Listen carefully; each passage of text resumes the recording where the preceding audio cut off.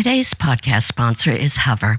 Hover.com specializes in domain names, and if you're ready to start something new, head over to hover.com/ordinaryvegan for 10% off. You're listening to the Ordinary Vegan Podcast, where we teach you everything you need to know about adopting a plant-based diet, full or part-time. Our goal is to empower you to live a long and healthy life. You can find today's show at ordinaryvegan.net or on iTunes. If you have any questions, please send an email to questions@ordinaryvegan.net. Hello, friends, and welcome to the Ordinary Vegan Podcast, number 82, Hormonal Imbalance, Causes and Treatment with Dr. Neal Barnard. If we haven't met, my name is Nancy Montori, and I advocate a whole food, plant-based diet for health, wellness, and longevity. I am here to serve you and help you stay as healthy as possible. You can find me and my cookbook called the Easy 5-Ingredient Vegan Cookbook and my organic vegan CBD oil from hemp on my website at ordinaryvegan.net. You will also find lots of vegan essentials like plant-based protein lists, gluten and soy-free vegan lists, vegan shopping lists, and more, all on my website. There are also delicious plant-based recipes. Just search for an ingredient and you will find a recipe. I do it all, and I'm not perfect, I admit that, but I definitely try hard. Today, we have a special guest who has been on this podcast before. His name is Dr. Neal Barnard, and he is one of the world's most respected authority on vegan diets. He is a faculty member of the George Washington University School of Medicine and president of the Physicians Committee for Responsible Medicine. Dr. Barnard's research, funded by the U.S. government, revolutionized the dietary approach to type 2 diabetes, and his findings have influenced the policies of the U.S. Dietary Guidelines Advisory Committee, the American Diabetes Association, and the American Medical Association. But that's not all. He is also a best-selling author of many books, including Dr. Neal Barnard's Program for Reversing Diabetes, Power Foods for the Brain, and one of his most famous is called The Cheese Trap. Today, we're going to talk about his new book, Your Body in Balance, The New Science of Food, Hormones, and Health, which explains the new science behind hormonal imbalance and how we can get our hormonal imbalance under control to avoid everything from infertility, premenstrual syndrome, hormonal cancers like breast and prostate cancer, thyroid conditions, and more. So, let's get started. But before we do, I would like to thank this week's podcast sponsor, Hover. Sponsors are what makes this podcast possible. I know a lot of you are exploring exciting new directions in your life, and that may involve an online website. Well, Hover wants you to start that something exciting with them. With Hover, you can register a domain name for your next venture. Hover has over 300 domain name extensions to choose from when building your brand online. No matter what you want to build, there's a domain name waiting for it, from .dev to .app to .design to .blog to .store, and so much more. And take it from me, you'll find excellent technical support available to answer any questions you may have. Hover knows you will do something that will make a difference. Grab your domain name and many more at hover.com/ordinaryvegan for a 10% discount on all new purchases. Make a name for yourself with Hover. Now, let's welcome Dr. Neal Barnard. Hi, Dr. Barnard. Welcome back, and thank you so much for joining the Ordinary Vegan community today. It's great to be with you. Your previous podcast, number 23, about how to break the cheese addiction is one of my most popular podcasts. So we really appreciate having you here. Well, it's great to be back. Your latest book, Your Body in Balance, The New Science of Food, Hormones, and Health, covers a lot of territory. and explores a range of hormonal health problems and solutions to those problems with a lot of great scientific evidence to back it up. So the first question I wanted to ask you is, what are hormones exactly? Hormones are, you can think of them as sort of like a letter that comes in the mail. Hormones are compounds that are made in one part of the body, and then they travel along through the bloodstream to another part of the body where they give it directions on what to do. So, for example, the thyroid gland at the base of your neck makes thyroid hormone, which travels in the bloodstream to the cells of the body to give them energy. And it tells them to ramp up their metabolism or to ramp it back down. And estrogens, which come from a woman's ovaries to reach, say, for example, her uterus to get ready for reproduction. Or in a man's body, the testes make testosterone, which goes in his blood, and I guess you might say it goes to his brain and makes him want to run for president or do other things. Anyway, the hormones go from one part of the body to another with some important instructions. You say in your book that fat cells are hormone factories. Can you tell me what you mean by that? Yes, body fat creates estrogens, female sex hormones. And where you'll see this perhaps most notably is you're at a beach in the summertime and you see a guy who's got a fair amount of breast development, and you think that's maybe unusual for a guy. And that what's happening is that as he gains weight, his fat cells will make extra estrogen that causes breast tissue to form. In a woman's body, if she has extra body fat, that can create estrogen, female sex hormone, that can increase her risk of breast cancer and other problems. So having extra body fat has an effect on our hormones. A very common problem for many people is acne, especially for a younger generation. Are foods like chocolate to blame, or is acne only a hormonal disorder? All of the above, probably. Chocolate got a not guilty verdict some years ago, but I think it was a premature verdict because people have looked at it a little bit more and found that acne really can be made worse by certain foods, including chocolate. One of the foods, though, that really has come up is dairy. And part of that is because if you take a chocolate bar and you turn it around and look at the back of it, look at the ingredients list, milk products are often the first or second ingredient in it, milk chocolate.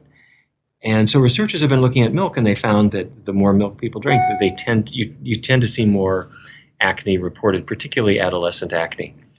So chocolate itself, I think, can be an issue, but the ingredients such as milk that are added to it can probably contribute as well. Is there anything else that a younger generation can do besides not eat dairy? Well, let me say that if kids get away from dairy, they are doing a great thing. If they do nothing else, getting away from dairy products and animal products in general, that's really a huge step forward. However, people can certainly do other things. Following a generally plant-based diet or totally plant-based diet is always a good thing. Some people have suggested that salt may play a role with regard to that as well. So stay tuned. But there's a common theme that runs through Your Body in Balance, and that's get away from the animal products, get away from the dairy in particular, but all of them. Keep oils really low, too. For many people, that's the other part of it. Getting away from animal products, great, but get rid of that greasy stuff, too. Can we address some of the common hormone-related problems like infertility and menopausal symptoms? Because according to the womenshealth.gov, about 10% of women have trouble getting or staying pregnant. Can we talk about infertility and ways to improve the chances of becoming pregnant? Yes. We kind of stumbled into this accidentally through a very different direction. I was sitting at my desk one day and the phone rang, and it was a young woman who wasn't complaining of fertility problems. She was complaining of cramps. And I realized that the amount of estrogen in the blood could have a determinate effect. If you have too much estrogen, it could make cramps worse because it thickens up the lining of the uterus too much each month, and that makes it more painful at the end of the month. So anyway, we did a research study to show that a low-fat vegan diet could help cramps, and it does. When people do two things, when young women, or not so young women, Avoid animal products completely, and also keep oily foods scrupulously low. Cramps are often much better or even gone. Anyway, in the course of that study, the question of fertility came up because I had one of our research participants was infertile. And the second month that she was in the study and on the low-fat vegan diet, she came into the research center and said, "Dr. Barnard, I have some bad news and some good news." I said, "Well, what is that?" She said, "I'm leaving your study because I am pregnant." Wow. Anyways, I ran into her several years later. She had 3 children. What I'm getting at is that when hormones are out of balance, ovulation is not normal.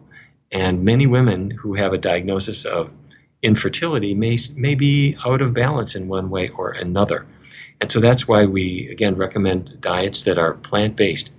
A vegan diet, a diet with no animal products, means that every bite you eat is from a plant. Plants have fiber. Fiber helps get estrogens back into the right balance. Every bite of a chicken breast or salmon or yogurt is from an animal. It doesn't have any fiber. It pushes the diet in the wrong direction.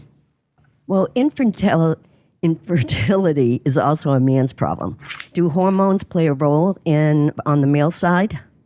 Oh, they sure do. Researchers in Rochester, New York, did an interesting study. They went into a fertility clinic, and they did sperm counts in men. And when you do this, you look at the number of sperm, you look at their motility, meaning do they swim straight, and you look at their morphology, meaning the shape of them. So if a man's got not very many sperm and they can't swim straight and they looked all banged up, he's got a fertility issue. What they discovered was the men who ate more cheese seemed to have indices of lower fertility. And some other studies have supported this. And the question is, what the heck is it about cheese? Well, if you send some cheese to a laboratory and you say, what's with this?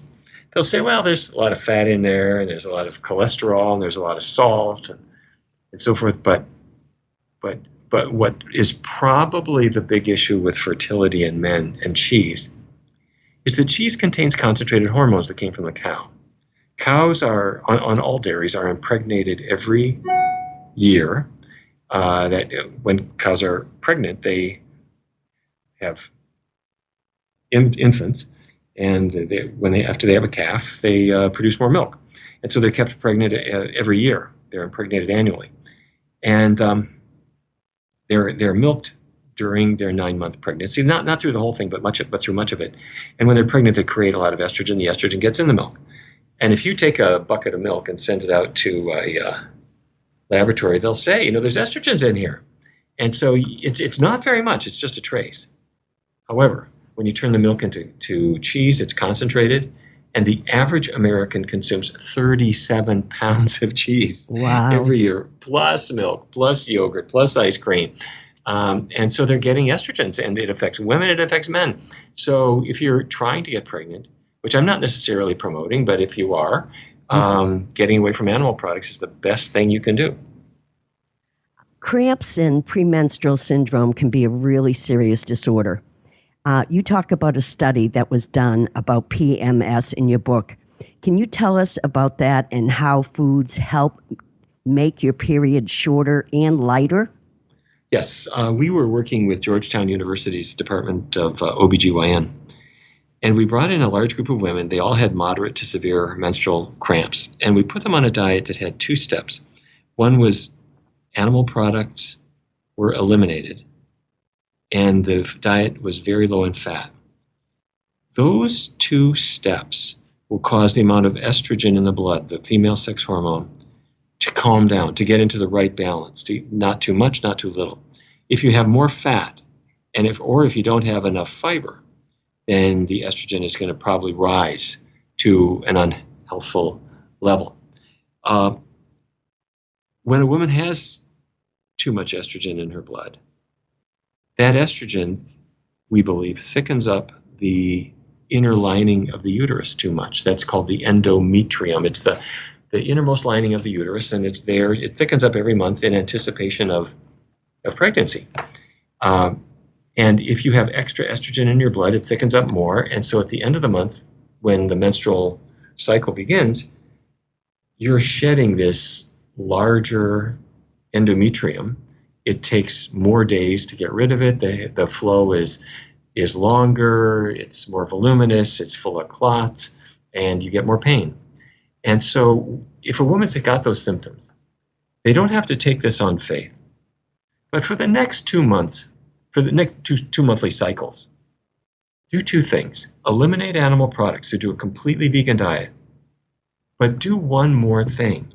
Keep the oils in your diet to a bare minimum. That means don't add oils to things. Learn how to cook without added oils. Use a non-stick pan instead of greasing up your pan. Use non-oil dressings. And of course, if you're avoiding animal products, you're avoiding all the animal fat, which is good. This is a time to avoid fatty foods like nuts, peanut butter, avocados. Okay, so just stick with that. You don't have to believe it. Just try it. So no animal products, keep oily foods to a bare minimum. And what you're going to discover, in what most people discover, is that PMS symptoms like bloating and water retention or moodiness, they're less noticeable. And if they're there, it's much shorter. And you discover that pain is less intense and much quicker. The duration is much less. Sometimes it's just flat out gone. These same changes help women who have endometriosis, which is a particular cause of menstrual pain, which is endometrial tissue has sneaked out around the abdomen, and it's causing often quite severe cramping. But the same diet change will help in that case too, probably. Just because you've mentioned it a couple of times, can we talk about oil for a second? Sure. You know, a lot of people, when I say it has absolutely no nutritional value, people really don't believe me because, you know, we've been led to believe, well, the Mediterranean diet had a lot of oil in it, and it turned out in many studies to be a healthy diet, but now we know it's because of the fruits, vegetables, and grains. But can you talk a little bit about why oil is not healthy? Well, first of all, the Mediterranean diet is a better diet than your average American is following, but it does not have the power of a vegan diet. It doesn't come anywhere close to it. If a person wants to lose weight or reverse heart disease or tackle their diabetes or hypertension, a Mediterranean diet is a very weak step in that direction. It sounds romantic. Have a glass of red wine and dip your bread in olive oil and imagine you're on some seaside restaurant in Tuscany. Swell. But if you want to really get healthy, don't stop there. I can't tell you how many people have done that and been disappointed by the fact that it just didn't work. Okay, so what about oil? First of all, vegetable oils are better than animal fats, but they are not as good as not having them. And here's what I mean. The particularly bad part of chicken fat or cheese fat, the really bad part of it is the saturated fat. All fats are kind of mixtures. If you could tease apart some chicken fat, there's some saturated fat, which is the more solid type fat. There's some unsaturated fat, which is the more liquid part, but they're all just mixed together in the fat. So for chicken fat, it's about 30% saturated fat. For beef fat, it's worse. It's about 50% saturated fat. That's terrible. But olive oil is much lower. It's about 14. So it's a lot better than chicken fat. However, it's not zero. If you leave the olive oil off, you got zero saturated fat, at least for that part of your diet. And there's very little saturated fat in beans and vegetables and grains and fruits. One other thing to maybe drive this point home. Probably nobody is going to say that added sugars are especially healthy. But think about it this way. Let's say you have a fruit, an apple, an orange, a pear, a banana. There are natural sugars in those foods that are healthy. They give you energy. That's good. Where we run into trouble is we take sugar cane and you send it to a factory where they remove all the pulp and all the fiber and every part of the sugar cane except the sugar, and they concentrate the sugar, and then they put it into a beverage they call Dr. Pepper, which despite its name is not a medical drink. And what you discover is that this is not healthy stuff. Well, what is extra virgin olive oil? You took olives, 10,000 olives. You sent them to a factory, and they removed all the fiber and all the pulp and every part of the olive except for the oil. And then they come up with this wonderful marketing term, virgin. But it's just like sugarcane, where you're removing the sugar and pretending that that's somehow a natural food. It's not. So olive oil, much better than chicken fat, definitely better. But if you're trying to lose weight, if you're trying to master your cramps, getting away from animal products is job one. Getting away from oils, including olive oil, is job two. Good explanation. Thank you. You talk a lot in your book about the connection between cancer and hormones. Can women reduce their risk of hormonal-related cancers like breast and ovary cancer? And why is Japan a role model for not getting cancer? Yeah, just as we were saying that a lower fat diet and a higher fiber diet reduces estrogen levels, that's really a traditional diet in Japan. If you looked at the Japanese diet in, say, 1965, 1970, McDonald's hadn't arrived yet. It was a Japanese diet, and their dietary staple was rice, phenomenal amounts of rice, vegetables, fruits, very little meat, very little dairy. Even fish was not a huge thing. Yes, they would eat fish, but but rice was the staple, and if they had some fish, it was more little bits and pieces to kind of flavor the vegetables and the rice and so forth. Anyway, when McDonald's arrived and the other fast food chains arrived, everybody westernized. Rice consumption started to fall away. It wasn't so popular. And what was popular was cheese and hamburgers and chicken. And it became a diet like people might eat in New York, except that you were in Tokyo. And several things happened. People started gaining weight, especially men, because they were doing the business lunches and things at first. And then women started to gain weight too. And diabetes came in, and people started to have more depression, more hot flashes in menopause. But among women, breast cancer rates doubled as westernization took hold. However, if you tease it apart, it did not increase among women who did not westernize their diet. It increased among women who westernized. So what we think is happening is that you're eating foods that are high in fiber, and suddenly you're not eating them anymore, and so your estrogen level rises. Suddenly you're eating a lot of fatty stuff, and suddenly you're eating cheese, which came out of a cow that was making estrogen that you're now swallowing. That's what's happened in Japan, and unfortunately, breast cancer went way, way up. And we can take that lesson by doing the opposite, getting rid of the animal products, getting rid of the dairy products, and eating a plant-based diet.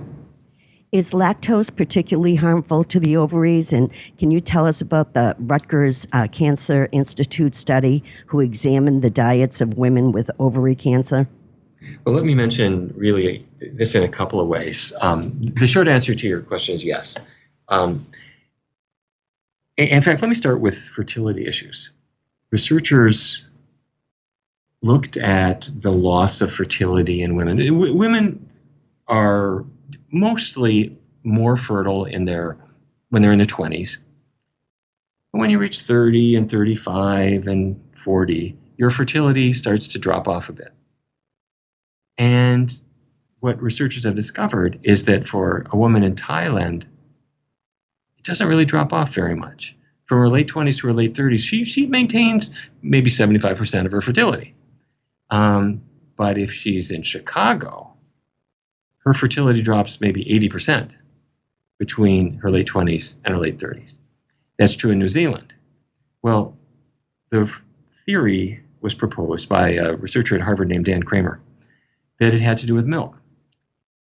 And lo and behold, yes, if you look at milk consumption, it follows this pattern. You can look at 24 countries. The countries that have the most milk consumption have the biggest fall off in fertility. So Kramer's theory was that it's not the fat or the protein or the cholesterol, the usual things that are bad about dairy. He said, and he said he didn't even think it was necessarily the estrogens. He thought it was the lactose sugar, which happens to be the biggest nutrient that's actually in the milk. It's there. The lactose is there to give energy to the calf. But in your bloodstream or in your digestive tract, the lactose breaks down to a smaller sugar called galactose, Galactose, galactose, and that's toxic to the ovary. And there are very few food sources of it, but dairy is a mother lode of it. And so then researchers started looking at, just as you said, at other kinds of cancer, and there's also a strong connection between milk consumption and ovarian cancer. So the way we think about it is that this milk sugar is toxic. It's a toxicant to the ovaries. And normally human beings would never be exposed to it. You would be exposed to a little bit of lactose when you were nursing from your mother. And after the age of 18 months, 24 months, whatever, you wouldn't be exposed to it anymore. But with the dairy industry, people are exposed to it lifelong, and we think that it's a contributor to these problems. How about hormonal cancers in men like prostate and testicular cancer? There was a really fascinating study in your book that implied that lycopene can decrease a man's risk of developing prostate cancer by as much as 35%. Can you tell us about that? Yeah, and first, dairy is clear, pretty clearly, the evidence is pretty strong, that dairy increases prostate cancer risk because it increases a substance in the blood called IGF-1. So men should not be eating the cheese off of their women's pizza slices, off of their wives' pizza slices. It's bad for women. It's also bad for men. It's bad for both, is what I'm trying in my awkward way to say. But what could be protective? Lycopene, yes. Lycopene is the red pigment in tomatoes. It's also in watermelon. It's in pink grapefruit. And so it's a cousin of beta carotene, which is the orange pigment in carrots, for example. And just as you said, men who consume, maybe 10 servings or so of lycopene-rich foods every week have about a 35% less risk of prostate cancer. Even if the tomato products they're consuming are salsa or ketchup. Some of these are healthier than others. But when men consume a lot of the lycopene, which is in any kind of tomato product, it's a powerful antioxidant that protects the prostate. Wow. How many servings did you say a week? About 10. So, you have some spaghetti sauce, some pizza sauce, some ketchup. I love tomatoes. A tomato on your salad. All these work. So good for me. What about erectile dysfunction? Is that caused by hormones, and do you recommend Viagra? A man can take Viagra, assuming he doesn't have contraindications to it and so forth. But there's a scenario that happens at almost every clinic, which is the guy goes into the clinic. He says, "Doc, I can't raise the flag." And men have a lot of euphemisms for this kind of thing. Anyway, so the doctor says, "I see you have erectile dysfunction. Are you here for a Viagra prescription?" And the man says, "Yes, that's why I'm here." So the doctor can write out the prescription and hand it to him. And then the guy says, "Oh, thanks." And then he runs out, to the elevator to leave. If the doctor is a good doctor, he or she drops the pen, races out after the patient and says, "We're not done. There's something I have to explain to you." And you tell the patient that the Viagra might help temporarily. But the reason that he has erectile dysfunction, in the vast majority of cases, is that he's got narrowed arteries. The arteries to his private parts have become narrow. And the reason they did that is he's eating a ham sandwich or some fried chicken or some shrimp or a steak or cheese. Animal products contribute cholesterol to the blood, and they contribute saturated fat, which causes the body to make more cholesterol. And the cholesterol particles irritate the walls of the arteries, which produce little sort of scar-like lesions that are called atherosclerotic plaques that narrow the artery wall. The passageway for blood is narrowed. Well, for a man to have sex, he needs good blood flow to his private parts. Otherwise, nothing happens. And so as his arteries there are narrowing, erectile dysfunction is the first thing he notices. And that can be temporarily corrected by Viagra, which just on a very temporary basis will expand those arteries. Here's the problem, and here's what the doctor is now explaining to the patient, is that if you have narrowed arteries to your private parts, you also have narrowed arteries to your heart, and you've got narrowed arteries to your brain in all likelihood. And so your risk of a heart attack or stroke is much higher than normal in just the next 3 to 5 years. So the Viagra won't help with any of that. You are a walking time bomb. And it's good that you had erectile dysfunction because that just shows us there's something wrong. So the patient says, Doc, what do I do? And the doctor says, let's get the cholesterol and the animal fat out of your diet. Vegan diet. Okay, great. As he does that, his arteries start to open up again, assuming that he's also not smoking and physically active and a generally healthy lifestyle. And as time goes on, he gets healthier and healthier. He loses weight. His arteries open up again. And lo and behold, his erectile dysfunction will go away too in a great many cases. So that's really the issue. Viagra itself is just a Band-Aid, and it doesn't solve the real problem. Well, since we're talking about hormone cancers, this is probably a good time to talk about soy products. In your book, you say soy cuts cancer risk. What do you base that on, and why is there so much confusion about soy products? Back in, I think it was 1931, researchers discovered that soy has isoflavones in it. These are natural compounds, and some of them attach to estrogen receptors in the body. So researchers started to get nervous. They thought, well, maybe these isoflavones in soy could cause cancer. After all, things that attach to estrogen receptors, can wreak all kinds of havoc in the body.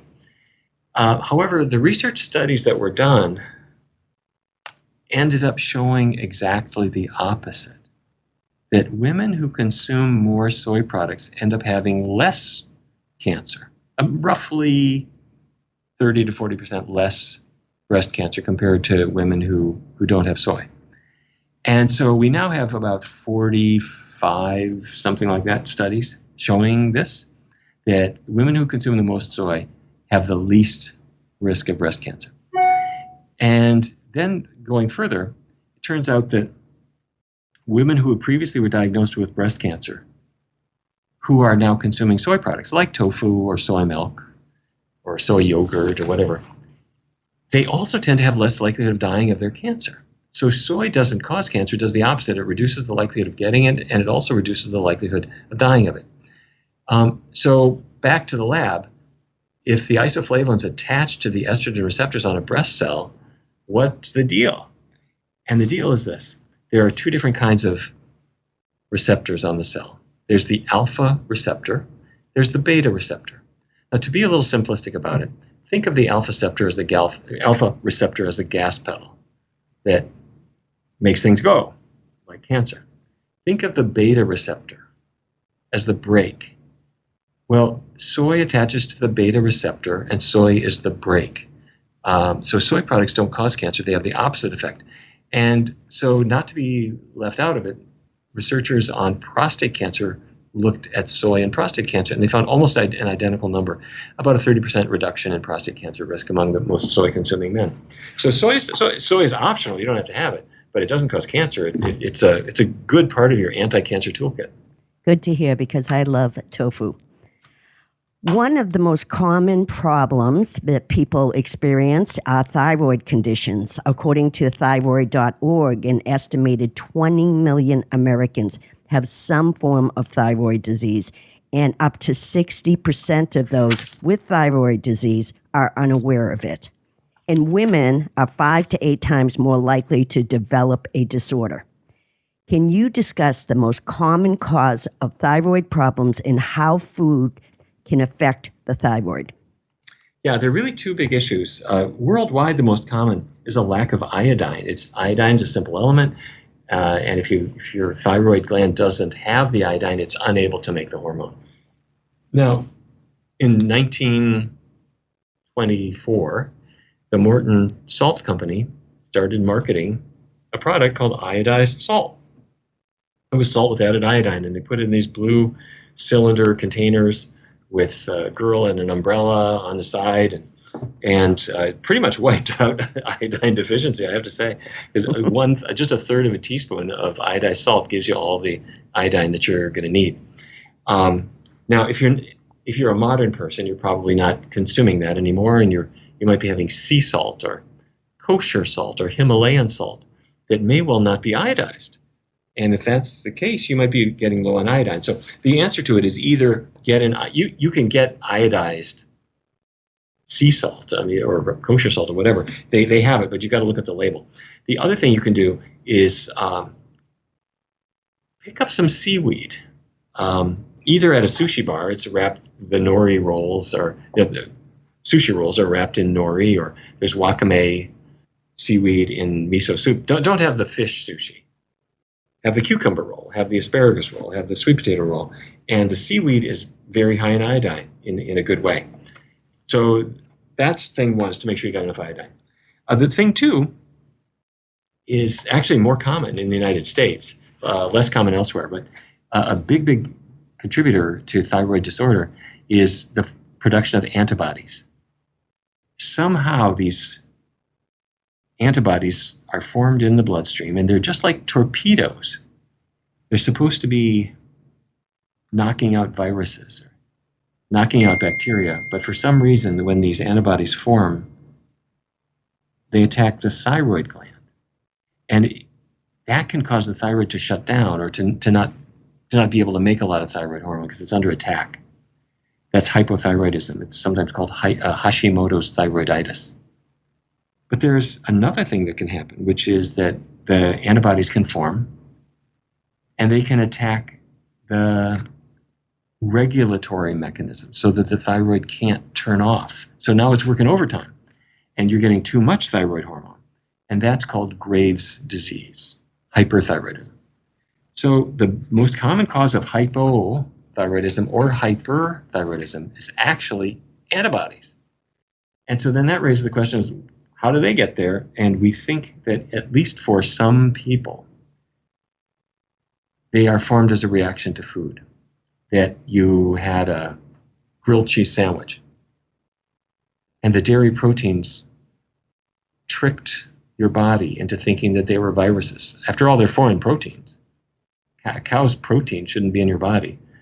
Your body thinks it's a virus, attacks it with antibodies. Those antibodies end up misfiring. They're going in the bloodstream, and the first thing they happen to run into is your thyroid gland, and they end up attacking it. And so the theory is that if I get those animal products out of my diet, it might protect me. We need more research in this area, but supporting it is the fact that people who follow diets with no animal products have the least risk of developing hypothyroidism or hyperthyroidism. And the people who have the biggest risk of hyperthyroidism are people who eat meat and dairy products, substantially higher than people who avoid them. So we think that the proteins in the animal products are probably triggering the antibody reaction, and we think that when people avoid that, they've got a chance of getting their thyroid back to normal. We need more research, and people who are being treated for thyroid disorders should work with their doctors and say, I'd like to try a plant-based diet, and will you monitor my thyroid function as I do? The doctor will, of course, say yes. I know personally that I used to take thyroid medication, and once I went on a vegan diet, I stopped, and my thyroid was fine. So it worked for me. Last, I definitely wanted to give you the opportunity to talk about some of the hormonal balancing recipes in your book, like the breakfast pilaf or the carrot and pea curry. It sounds so yummy. So who created those recipes, and how did you develop them? Oh, thank you. Thank you for asking about that. Let me brag a little bit about something that I really can't take any credit for at all. It's Lindsay S. Nixon. She's the happy herbivore, and she is a genius in the kitchen. And we decided that we wanted to have recipes that had several features. They had to be free of animal products, totally vegan, totally healthy. They're not greasy stuff. It's really good and healthy, but they have to be delicious. They have to be familiar and relatively few ingredients, so you're not shopping all afternoon and so forth, and relatively quick to make. So you're in your kitchen for 20 minutes or something, and you're done. And that's what she did. And when you go through the pages of it, you'll see familiar things like how to make a pizza, how to make a wrap, how to make a noodle dish. But if you ask me, which one would I want to brag about the most? I really think you ought to try the chocolate cupcakes, because it really shows. It shows that that a plant-based diet that's really healthy can also be a little bit of a treat. But I have to say one other thing. As you saw in your Body Imbalance, when Lindsay sent me the recipes, they're 65 and they are great. They're just fabulous. But she also sent a note that said, Dr. Barnard, I want you to know that the dietary changes that you recommend in this book cured this way of eating, cured my cramps too. So I'm going to call that real validation. Lindsay is an expert. She's an expert in the kitchen. She's an expert in recipe creation. She's also an expert in how foods affect your body. And so it has been an absolute delight to work with her. And I hope that people will read your Body Imbalance. I hope they'll learn about how foods can affect things like cramps or infertility or sex hormones in general. Or if you got hot flashes and they're driving you crazy, just go straight to the menopausal chapter in the book and see the information that's there. If you've got diabetes, if you have thyroid disease, learn how your hormones work. It is mind-blowing and it is empowering. However, if all you do is you make Lindsay's creations, you're going to be so happy. So give it a try. Give it a try.